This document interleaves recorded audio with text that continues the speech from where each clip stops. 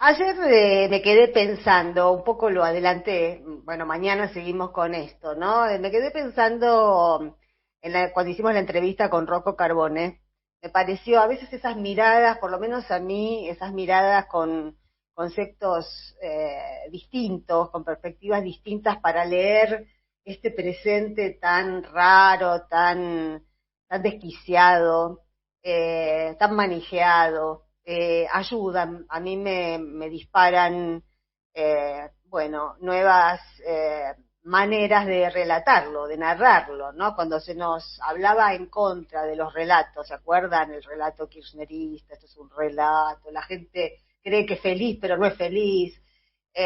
Bueno, no hay posibilidad de capturar la historia, de capturar el presente, sino a través de un relato que no es más que una interpretación de la realidad.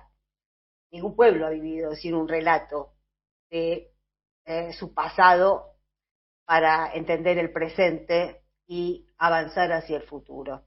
Y la parte que me dejó pensando era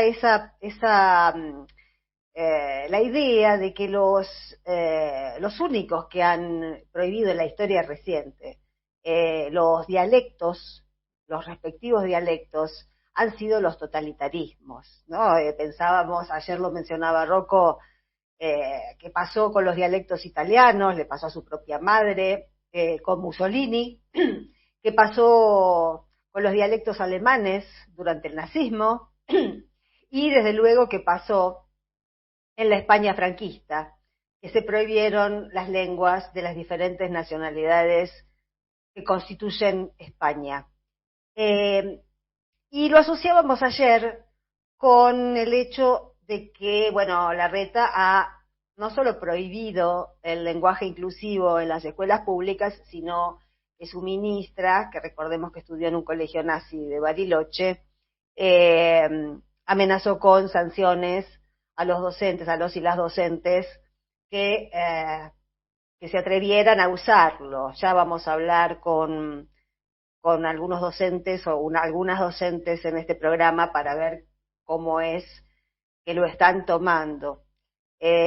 También hablamos ayer, se junta todo, y a mí me gusta que se junte todo, con una integrante de Les Nietes, una nueva organización de derechos humanos, evidentemente como su nombre lo indica, son nietos y nietas de desaparecidos en los 70, y fue una entrevista en la que yo hablaba como hablo siempre, pero Lola hizo toda la entrevista en lenguaje inclusivo, con lo cual da una pauta de que el lenguaje inclusivo no es una cuestión de chicas de colegio privado.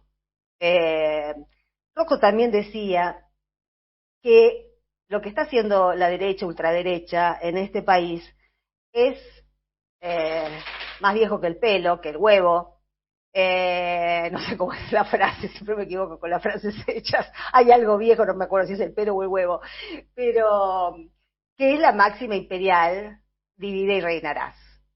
Es lo que han hecho siempre todos los imperios, meter un topo en el enemigo, sembrar cizaña en el campo del enemigo, lograr que se maten entre ellos y reinar. Eso es básicamente lo que están haciendo. Y evidentemente eligen bien, porque hay un debate dentro del campo nacional y popular en relación al debate, al lenguaje inclusivo. Y a partir de la charla que tuvimos ayer, a mí me quedó claro que, bueno, que este es un anzuelo en el que es fácil entrar. Ya se empiezan a ver en las redes debates, ya venían viendo, y no somos nosotros solos los que lo vemos, ellos ven por dónde entrar. Donde hay algún tipo de fricción, ahí entran, ¿no? Y por ejemplo, leí ayer un tuit de Juan Grabois, que decía que, bueno, que entre la gente con la que él trabaja, la necesidad es llenar el plato con comida, no esos lenguajes exclusivos, decía él. Y yo pensaba, ya picaron, ya picaron.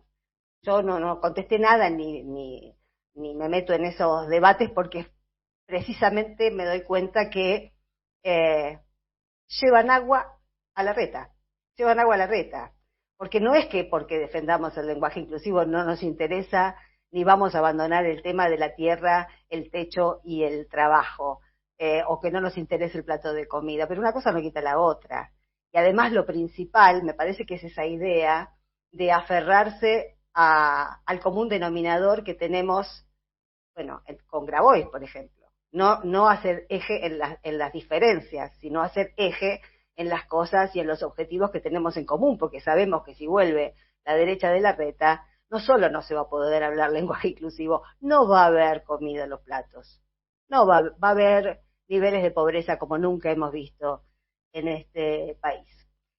Y finalmente, también hablábamos ayer, y esto es lo que yo decía, bueno, después lo hablamos porque creo que fue a raíz de una respuesta a un mensaje, que hay que revisar la idea de neoliberalismo, porque lo venimos hablando desde hace muchos años, venimos nombrando el proyecto de la derecha, que ahora es ultraderecha, con el nombre de neoliberalismo. A mí personalmente me parece que es una palabra que aburre, que no sacude, que hace que hasta en las notas, hasta en lo que uno lee, se agotó. Y además, lo que llamamos el campo semántico, es decir, todo lo que a uno le viene a la cabeza cuando se pronuncia una palabra, en este caso neoliberalismo, se agota, creo, o se agota ahí muy cerquita de las privatizaciones y el desguace del Estado.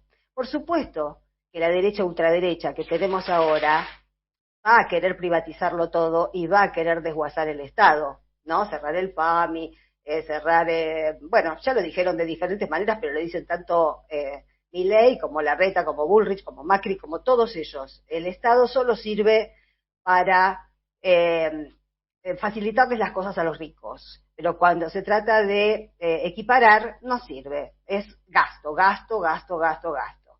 Lamentablemente para este gobierno a veces también es gasto, gasto, gasto, pero siguen valiendo enormemente los matices, ¿no? ¿Por qué? Precisamente por lo que quería decir acá. Porque me parece que el neoliberalismo, esa escuela que nació allá por los 50 en Austria, ¿no? En Montpellerin, Friedrich Hayek, que fue el maestro de Milton Friedman, los dos premios Nobel en el 73 y 74, creo, que se aplicó por primera vez en el Chile de Pinochet, en una dictadura. Necesitaron una dictadura para hacer la prueba piloto. Y Hayek visitó el Chile de Pinochet y le escribió una carta a Margaret Thatcher, que recién empezaba su gobierno en Gran Bretaña, en el Reino Unido, y le decía, esto hay que hacer, lo que está haciendo Pinochet. Y Margaret Thatcher le contestó, bueno, pero usted se dará cuenta que hay cosas que no se pueden hacer en una democracia. Bueno, eso ha cambiado. Eso ha cambiado, pero no porque cambiaron las dos cosas. Cambió el neoliberalismo, ahora vemos por qué, y también cambió la democracia, que no es tal, no es tal. Las cosas se han ido deslizando hacia un lugar en el que le decimos democracia a sistemas que no lo son, que no son democráticos. Yo no podría decir que el sistema en el que estamos hoy es democrático porque le falta un poder.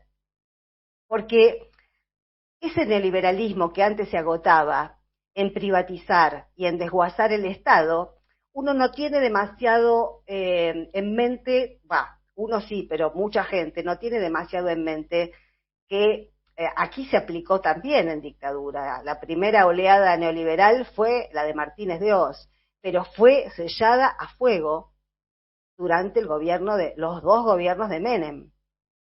Y ¿eso qué provocó? Que el neoliberalismo se despojara de la sangre con la que fue implantado por primera vez y se quedara con el dorado de Versace. ¿No? Los 90, cuando nosotros evocamos los 90, evocamos muchas cosas, pero lo que quedó como icónico era Susana Jiménez diciendo que Menem era divino y viéndolo rubio y de ojos celestes y todo Versace y la revista Caras y las casas con todo dorado, todo dorado, todo dorado. Banalizamos. El menemismo banalizó el neoliberalismo. Ahora, ¿qué está pasando ahora y por qué me parece que no tenemos que dejar de hablar un poco de neoliberalismo y darnos cuenta de que el neoliberalismo, lo que llamamos neoliberalismo, está incluido en lo que pasa hoy, porque el objetivo es ese, pero se ha vuelto violento, se ha vuelto totalitario.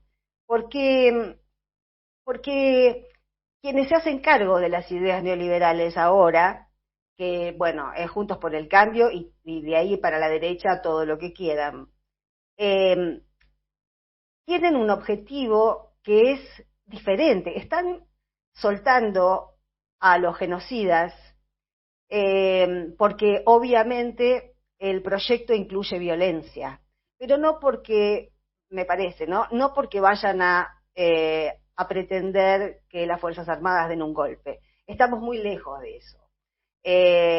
Esas fuerzas políticas de ultraderecha están montadas en el Poder Judicial que les responde, la Corte Suprema, que les pertenece, y en los medios concentrados. ¿Y cuál es el objetivo de sentido que tienen? Y lo que tenemos que tener claro, me parece, ¿no? Sigo diciendo que me parece porque esto es una lectura, no tengo evidencia. Sobre estas cosas no hay evidencia, sobre estas cosas hay hilos sueltos e interpretaciones. Porque ¿a dónde apunta todo lo que estamos viendo venir de la derecha y la ultraderecha, que son una sola y misma cosa? No a que, como pasó en los 70, una parte de la sociedad se calle o diga algo habrá hecho cuando se secuestraba, se desaparecía o se asesinaba a miles de personas. A lo que apuntan, con el Poder Judicial de su lado y con los medios concentrados de su lado, es a que esa parte de la sociedad clame, pida que se elimine a la otra parte de la sociedad.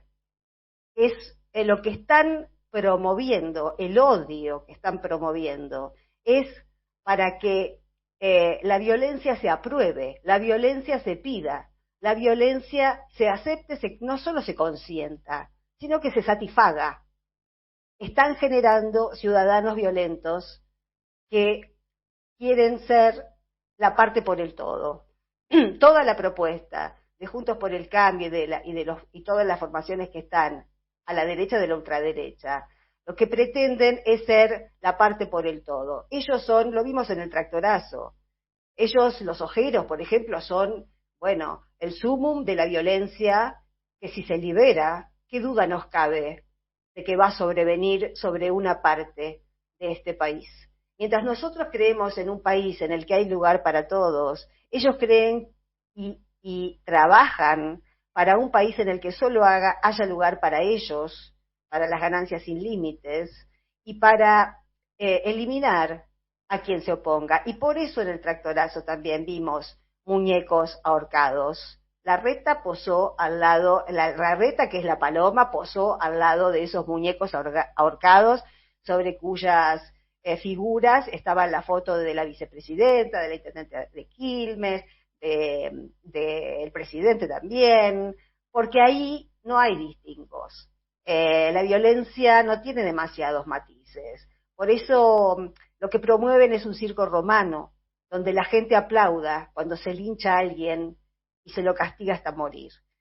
Así de primario es esto que tenemos enfrente. Entonces me parece que no son neoliberales, son fascistas. Son fascistas. El neoliberalismo se volvió fascismo, un fascismo de nuevo tipo, que es tan horroroso que quizás hasta nos cueste verlo, pero enfrente hay fascistas que no van a dudar en hacer cosas similares a las que hizo la dictadura, pero con gente que no va a callar, sino que va a aplaudir.